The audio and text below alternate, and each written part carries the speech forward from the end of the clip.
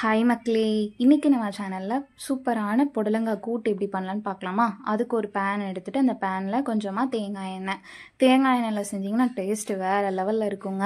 நான் கேரண்டி. அதுக்கு கொஞ்சமாக தேங்காய் எண்ணெய் சேர்த்துட்டு அதில் கடுகு, உளுந்தம்பருப்பு, அது நல்லா பொரிஞ்சதும் கொஞ்சமாக உளுந்தம்பருப்பு, தனி உளுந்து, உளுந்துன்னு சொல்லுவாங்கள்ல, அதையும் 1 டீஸ்பூன் அளவுக்கு அதையும் சேர்த்து உளுந்து நல்லா செவக்கணும். செவந்ததும் ஒரு கையளவு வெங்காயம் நல்லா ஃபைனாக சாப் பண்ணி எடுத்துக்கோங்க. அந்த வெங்காயம், உளுந்து, கடுகு எல்லாமே ஒன்று சேர கலந்து விடுங்க. இந்த அளவுக்கு உளுந்து செவந்து வரணும். அப்படின்னா தான் அது சாப்பிடும்போது நல்லா கருக்கு முறுக்குன்னு இருக்கும்.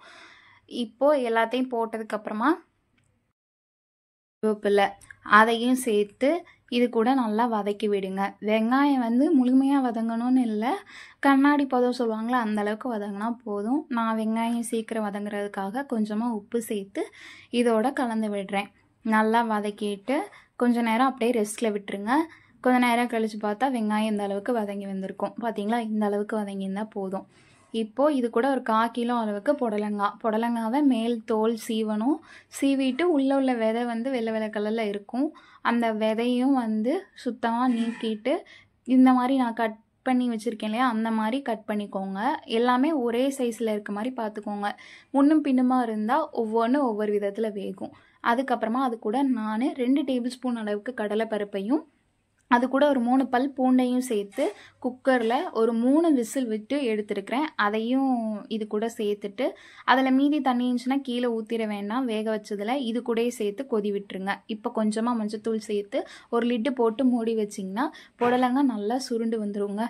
நீர்க்காயெல்லாம் வேகிறதுக்கு ஒரு 10 நிமிஷம் தான், சட்டுன்னு வெந்துடும். ஸோ நீங்கள் ரொம்ப தண்ணி ஊற்றி வேக வைக்கணும்னு அவசியம் இல்லை. பார்த்தீங்களா? இதுதான் பக்குவம். ஒரு காயை கட் பண்ணும்போது 2ஆக கட் ஆகிடுச்சுன்னா அது வெந்துருச்சுன்னு அர்த்தம். இப்போ ஒரு தேங்காய் ரெடி பண்ணியிருக்கேன். அது எப்படி ரெடி பண்ணேன்னா, ஒரு 2 சில்லு அளவு தேங்காய், 2 பச்சை மிளகா, 1 டீஸ்பூன் சீரகம், 1 டீஸ்பூன் மிளகு சேர்த்து அதை நல்லா பேஸ்ட்டாக அடித்து அதோட கலந்து விட்டுருங்க. அதோட கொஞ்சம் நேரம் அது வேகட்டும். வெந்தால் தான் அந்த தேங்காய் ஃப்ளேவர் அந்த புடலங்காய் கூட்டில் இறங்கி சூப்பராக இருக்கும். கடைசியாக கொஞ்சமாக மல்லித்தலை தூவி இறக்குனா சுவையான புடலங்காய் கூட்டு ரெடி. நீங்களும் உங்கள் வீட்டில் ட்ரை பண்ணி பார்த்துட்டு மறக்காமல் எப்படி இருந்துச்சுன்னு கமெண்ட்ஸில் சொல்லுங்கள். தேங்க்யூ, பாய்.